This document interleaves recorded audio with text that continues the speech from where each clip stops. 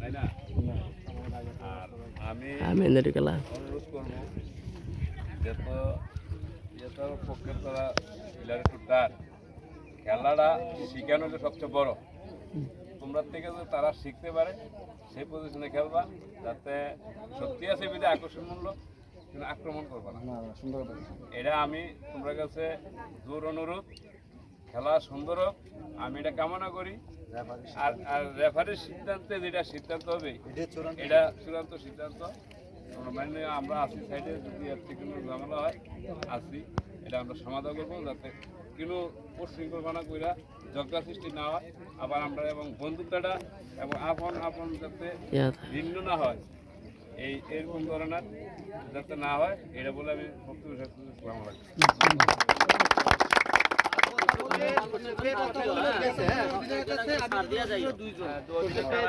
আলহামদুলিল্লাহ। এখন শোনো, বড় ভাই যারা আছে, ছোট ভাই আছে, দুই পক্ষে একটা বিয়াতা আর একটা বিয়াতা, তোমরাও বিয়ার পক্ষে যাইতা।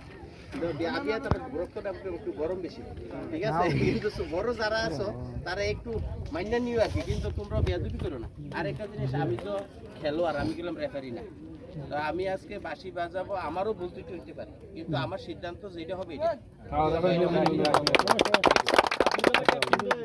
কথা বলবো আপনি ক্যাপ্টেন দ্বারা জায়গা নেন। হ্যাঁ, কোন দলের ক্যাপ্টেন কে? আমাদের ক্যাপ্টেন শ্যাম ভাই। আমি কথা বলবো, আমাদের কোন বাজার আছে? রেফারি শিখে নিতে কোন থেকে? আচ্ছা, ঠিক আছে।